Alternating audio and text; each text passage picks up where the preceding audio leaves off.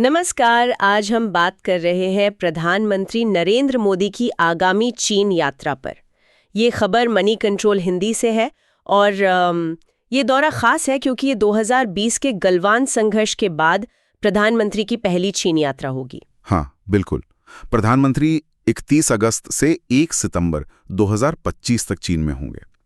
वो शंघाई सहयोग संगठन यानी SCO उसके शिखर सम्मेलन के लिए जा रहे हैं। SCO समिट, और यही बात इसे इतना महत्वपूर्ण बना देती है ना। हाँ। क्योंकि मई 2020 में जो गलवान घाटी में हुआ उसके बाद से तो माहौल बिल्कुल अलग था। हाँ, बिल्कुल। और ये सिर्फ 2020 के बाद पहली नहीं, बल्कि आप देखें तो 2019 के बाद उनकी पहली चीन यात्रा है। मतलब लगभग 6 साल का अंतर। 6 साल काफी लंबा समय है। हाँ, और एक और दिलचस्प बात इसमें यह है कि चीन जाने से ठीक एक दिन पहले 30 अगस्त को प्रधानमंत्री मोदी टोक्यो में होंगे। टोक्यो में किस लिए? वो वार्षिक भारत जापान शिखर सम्मेलन है ना, उसके लिए जापानी प्रधानमंत्री फूमियो किशिदा से मिलेंगे। ओह, तो पहले जापान फिर तुरंत चीन।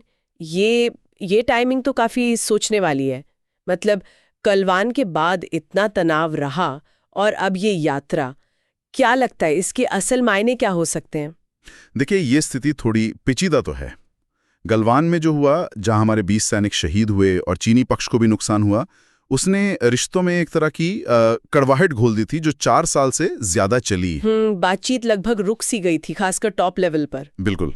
लेकिन फिर जैसा कि आपने शायद ध्यान दिया हो, पिछले साल अक्टूबर 2024 में कजान में ब्रिक्स शिखर सम्मेलन हुआ था। हाँ, कजान वाला, वहाँ प्रधानमंत्री मोदी और चीनी राष्ट्रपति शी जिनपिंग की मुलाकात हुई थी। उसे काफी अहम माना गया था। सही।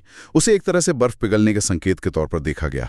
खबरों के मुताबिक दोनों नेताओं ने सीमा पर जो वो 2020 से मुद्दे चल रहे थे, उनके समाधान और सैनिकों की वापसी पर जो समझौता हुआ था, उसका स्वागत भी किया। अच्छा। हाँ, तो कजान में जो एक नरमी दिखी थी, वो शायद सिर्फ एक औपचारिक मुलाकात भर नहीं थी। हो सकता है कुछ अंदरूनी कारण हो, जैसे आर्थिक दबाव या बदलती हुई दुनिया की राजनीति, जिसने दोनों देशों को शायद ये एहसास दिलाया हो कि तनाव कम करना जरूरी है। व्यावहारिक जरूरत है, मतलब भले ही शायद सीमा पर भरोसा पूरी तरह बहाल न हुआ हो अभी। हाँ, बिल्कुल। और प्रधानमंत्री मोदी ने भी कजान में इस बात पर जोर दिया था, अगर आपको याद हो, कि मतभेदों को ठीक से संभाला जाए ताकि वो विवाद ना बने और शांति भंग ना हो। हाँ, ये बयान तो आया था, लेकिन क्या ये सिर्फ कूटनीतिक भाषा थी या इसमें कुछ ज्यादा था? शायद सिर्फ बयान नहीं, क्योंकि इस SCO यात्रा से पहले भी डिप्लोमेटिक लेवल पर काफी कुछ हुआ है। इसी साल देखिए, रक्षा मंत्री राजनाथ सिंह और विदेश मंत्री S जयशंकर दोनों ने SCO की अलग-अलग बैठकों में हिस्सा लिया है। हाँ, ये बात सही है। और विदेश मंत्री जयशंकर तो बीजिंग जाके राष्ट्रपति शी जिनपिंग से मिले भी थे। उन्होंने भारत चीन संबंधों पर ताज़ा अपडेट दिया था। तो ये सब एक तरह से जमीन तैयार करने जैसा लगता है। मतलब बैकग्राउंड में तैयारी चल रही थी। लेकिन इसमें एक और एंगल है।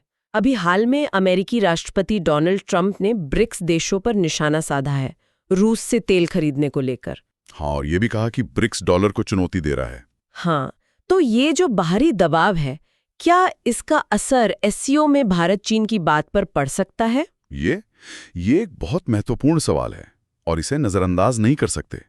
ये जो ग्लोबल पॉलिटिक्स की खींचतान है, वो निश्चित रूप से SCO जैसे मंचों पर बातचीत के माहौल को प्रभावित करती है।